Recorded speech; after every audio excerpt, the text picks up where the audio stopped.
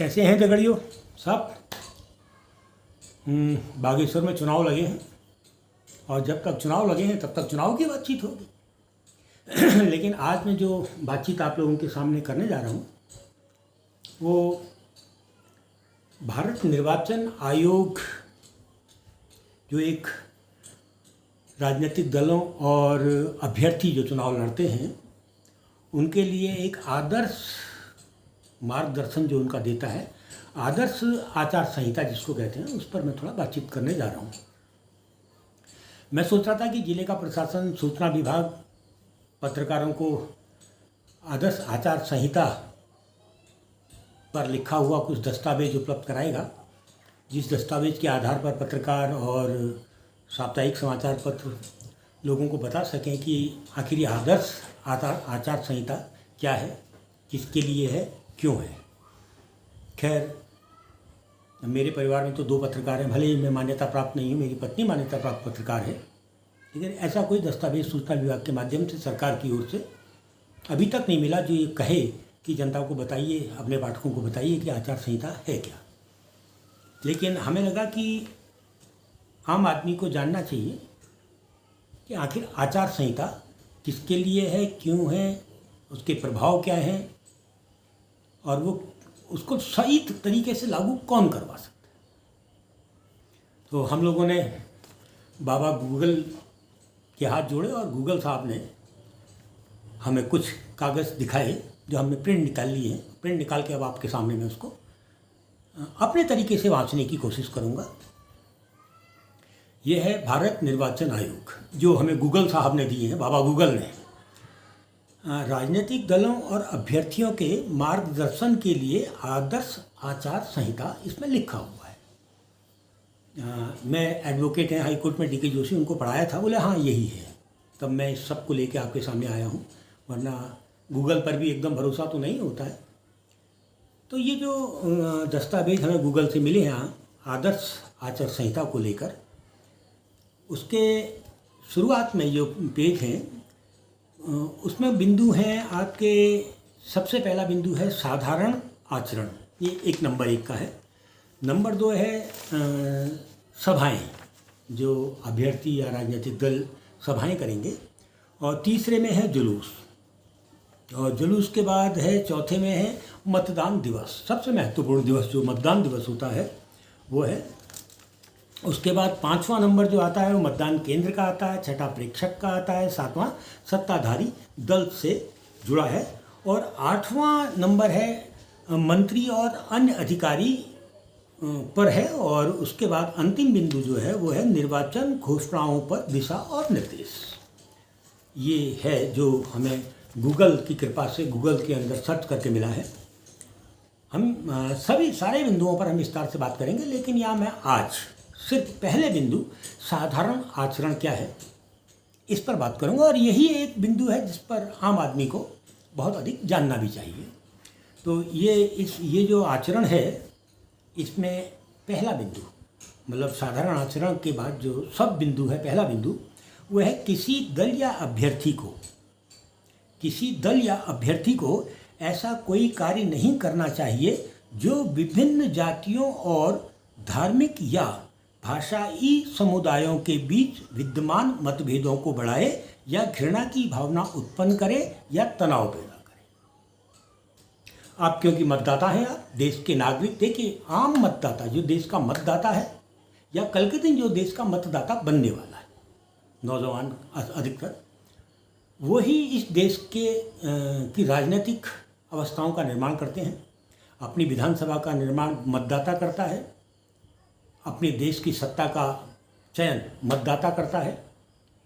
तो जैसे ये जितने भी बिंदु मैं आपसे बिंदुवार भी यहाँ आपके सामने लाऊंगा, पढ़ूंगा, वाँचूंगा, उन सारे बिंदुओं को यदि कोई लागू करवा सकता है तो मतदाता ही है, क्योंकि आचार संहिता अभ्यर्थी और चुनाव लड़ाने वाले दलों पर है और फिर प्रशासन पर है जो चुनाव लड़वा, जो जिसके नियंत्रण में सब कुछ होना है। आम आदमी को आचार संहिता प्रभावित नहीं करती। वो अलग बात है कि 144 इत्यादि को लेकर थोड़ा सा चीज़ें भ्रम की स्थितियाँ बनाई जाती हैं, जिस पर मैं बहुत जल्दी विस्तार से आप लोगों के बीच में आऊँगा। एक 2 दिन में भी मैं 144 को लेकर आपके बीच में आऊँगा। तो जैसे पहला बिंदु, किसी दल या अभ्यर्थी को ऐसा कोई कार्य नहीं करना चाहिए जो विभिन्न जातियों और धार्मिक या भाषाई समुदायों के बीच विद्यमान मतभेदों को बढ़ाए या घृणा की भावना उत्पन्न करे या तनाव पैदा करे। यदि आम मतदाता आप लोगों को लगता है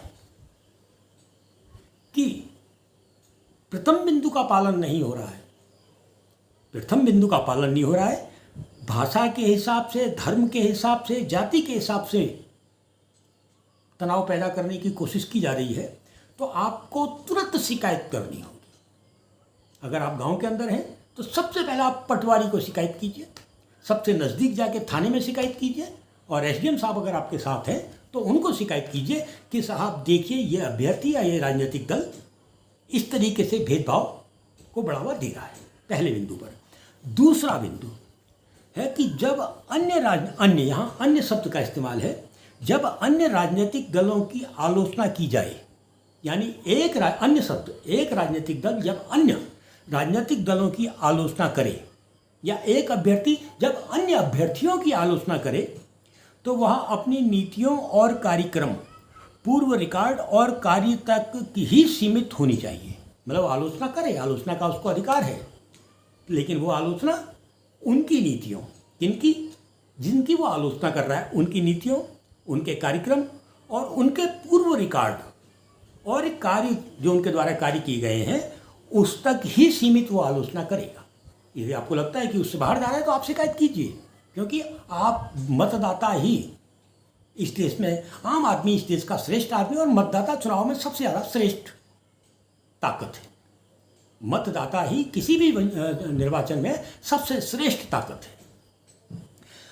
इसी बिंदु में है, यह भी आवश्यक है कि व्यक्तिगत जीवन के ऐसे सभी पहलुओं की आलोचना नहीं की जानी चाहिए जिसका संबंध अन्य दलों के नेताओं या कार्यकर्ताओं के सार्वजनिक क्रियाकलाप से न हो। आप ऐसी कोई आलोचना ना करें जो आपके विरोधी अभ्यर्थियों या राजनीतिक दलों के सार्वजनिक क्रियाकलापों से ना हो। ये स्पष्ट लिखा गया है।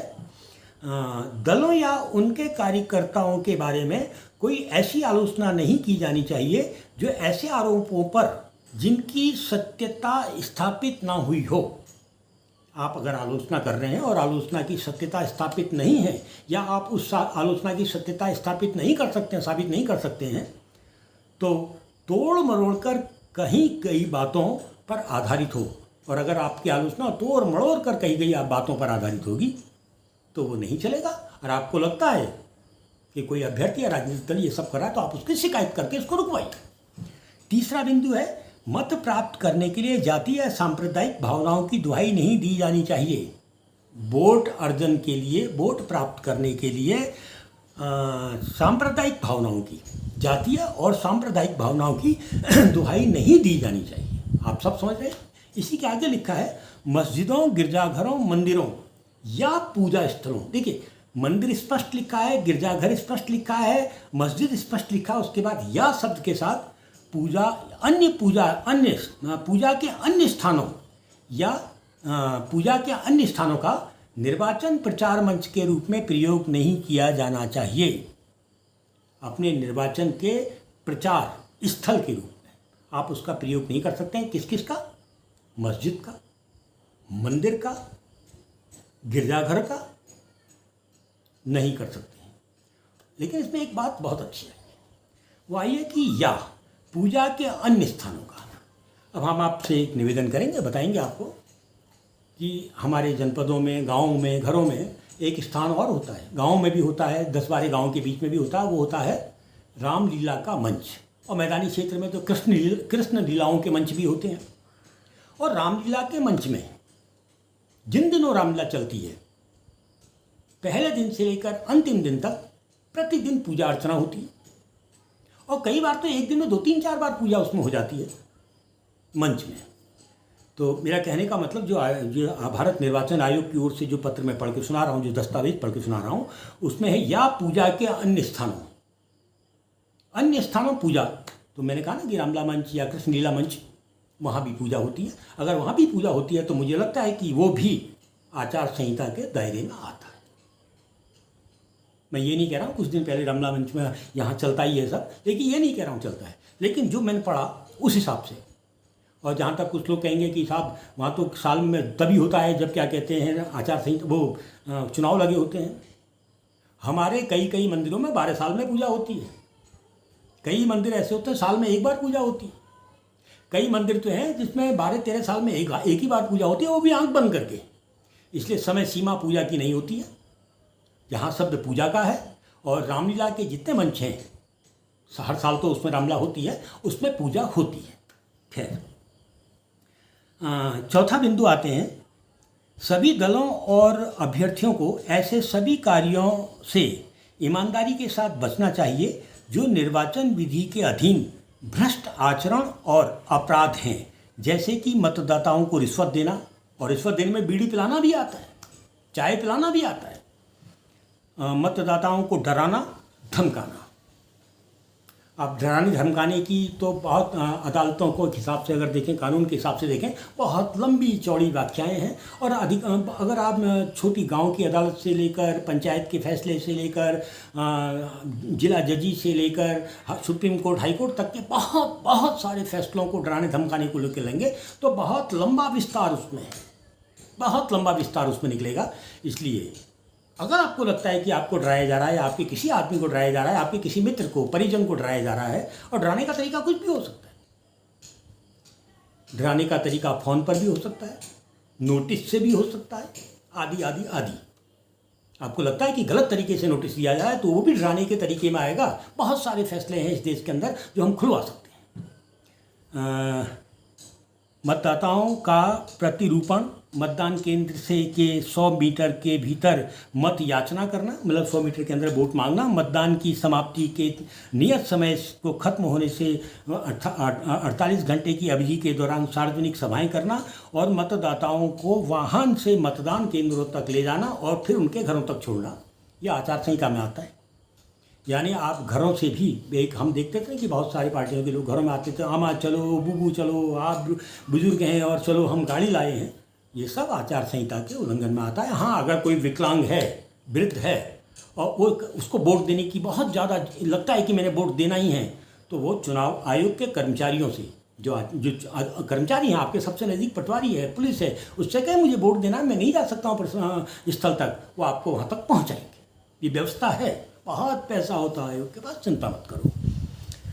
पांचवा बिंदु है, सभी राजनीतिक दलों या अभ्यर्थियों को इस बात का प्रयास करना चाहिए कि वो प्रत्येक व्यक्ति के शांतिपूर्ण और विघ्न रहित घरेलू जिंदगी के अधिकार का आदर करें, चाहे वे उनके राजनीतिक विचारों कार्यों के लिए कितने ही विरुद्ध क्यों ना हो।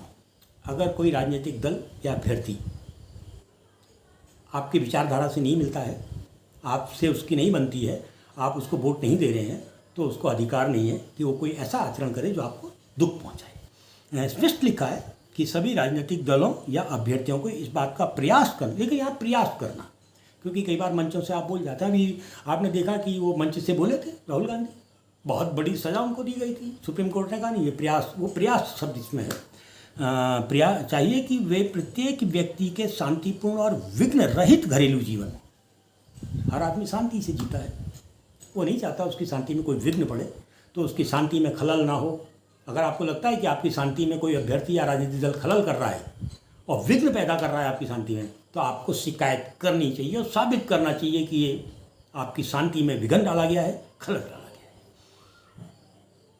है। व्यक्तियों के विचारों या कार्यों का विरोध करने के लिए उनके घरों के सामने प्रदर्शन करने या धरना देने के तरीकों का सहारा किसी भी परिस्थिति में नहीं लेना चाहिए, इसमें स्पष्ट लिखा है।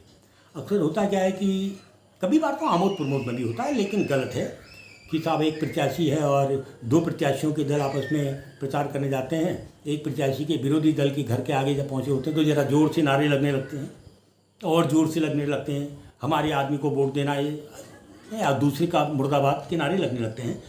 ये इसकी ऐसे आमोद प्रमोद की भी मनाही करता है, ये आचार संहिता मनाही करती, कहती नहीं, ये नहीं चलेगा।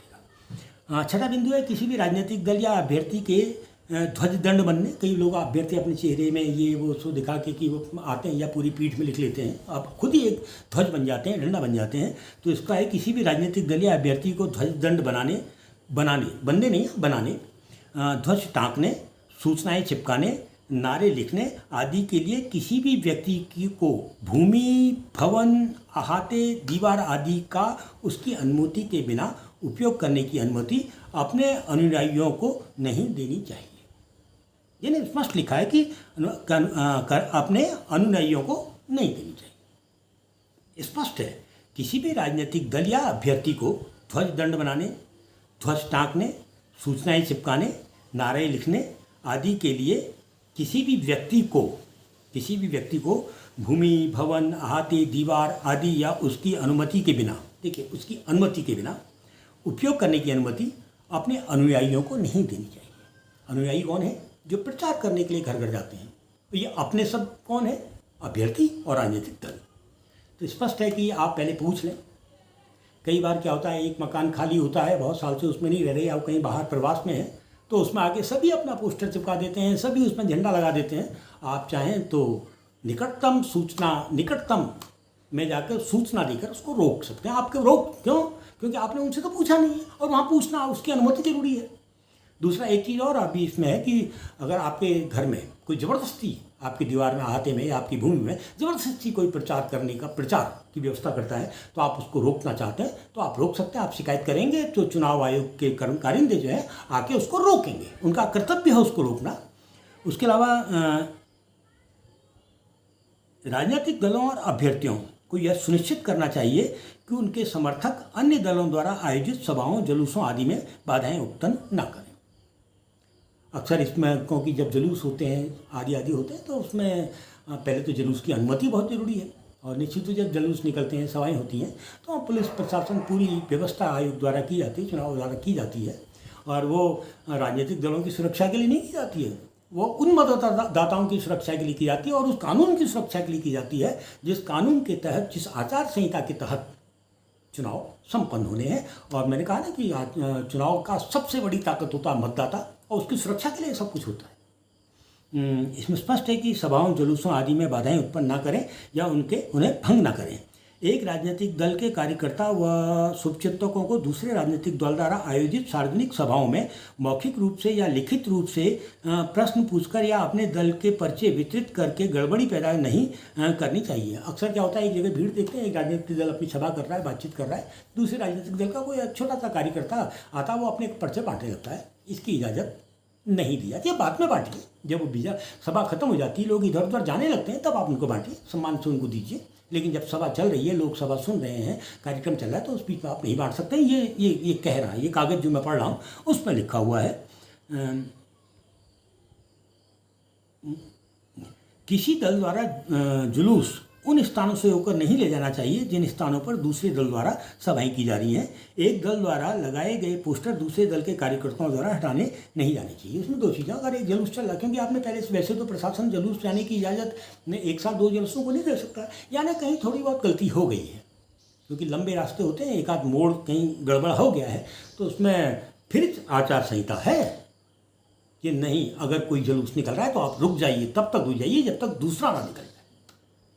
आप नहीं कर सकते। दूसरा एक बहुत बड़ी बात कही गई है, एक आदमी है, वो किसी पार्टी को चाहता है, उसने अपने घर के ऊपर, घर की दीवार में, अहाते में एक पोस्टर चिपका रखा है, तो आप उसको उखाड़ नहीं सकते और उसके ऊपर दूसरा पोस्टर नहीं चिपका सकते हैं। इससे आप भावनाओं को आहत करते हैं। तो आज मैं 7 बिंदुओं को लेकर आपके पास आया हूँ। ये पहला जो भारत निर्वाचन आयोग द्वारा राजनीतिक दलों और अभ्यर्थियों के मार्गदर्शन के लिए आदर्श आचार संहिता का जो पर्चा गूगल में डाला गया है, उसको मैंने पढ़ा है, और जो इसके जो क ख ग घ करके जो 7 बिंदु हैं मैंने आपके सामने रखे हैं, और जल्द मैं दूसरे बिंदुओं को लेकर आपके सामने आऊँगा, और मैं कोशिश करूँगा 144 पर बहुत ज़्यादा विस्तार से, उसका कानून क्या है, पक्ष क्या है, किसके लिए है, उसका क्षेत्र क्या होता है, किस क्षेत्र में आप लगा सकते हैं, और उसकी जो घोषणा है किस किस काम के लिए है, कब कब है, इस पर मैं जल्दी आप लोगों के बीच में आऊँगा। और अभी तो बागेश्वर के मतदाताओं से खूब बड़ी संख्या में जाइए, भले ही नोटा दबाइए, अपने प्रत्याशी को जिताइए, आचरण के तहत जो मैंने अभी वांचा है, उस आचरण के तहत अपने प्रत्याशियों का प्रचार कीजिए, प्रसार कीजिए, और मस्त रहिए, खुश रहिए, चुनाव कीजिए। और इतना, और लोकतंत्र की सबसे ज़रूरी चीज़ होती है चुनाव। और उसमें बढ़ चढ़ कर हिस्सेदारी कीजिए।